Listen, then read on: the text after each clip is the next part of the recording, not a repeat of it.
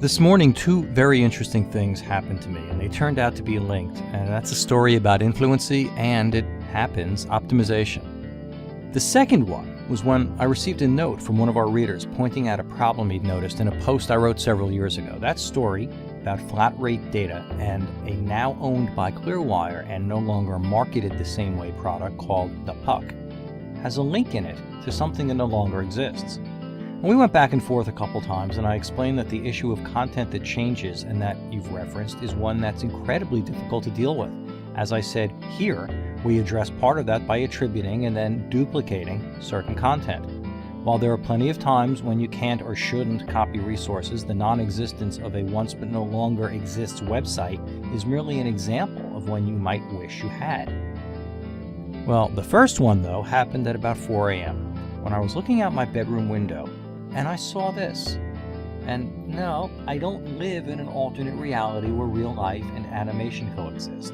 The picture itself is unretouched. For photography nerds, I'll reveal that I got that shot at that hour by setting a 1-second exposure time at 3.5 f-stop and emulating 800 ISO film. And then Google used the biggest Influency microphone in the world to alter reality. Big G added the cartoon snow.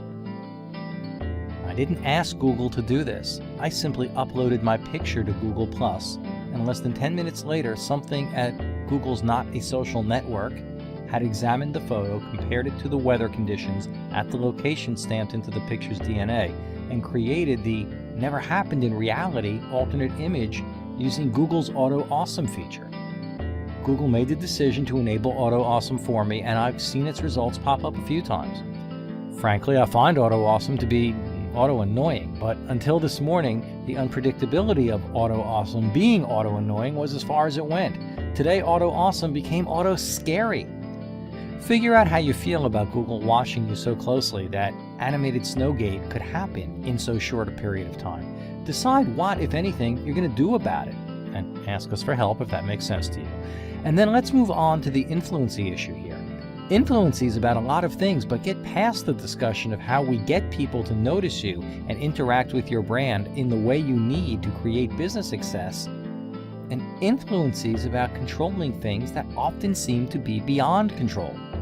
So, for example, while there's a very real chance that my link above to Google's announcement of Auto Awesome might one day point into a black hole, I've covered that possibility through other Influency controls. Of course, the number of angles from which Influency needs to be managed is considerable.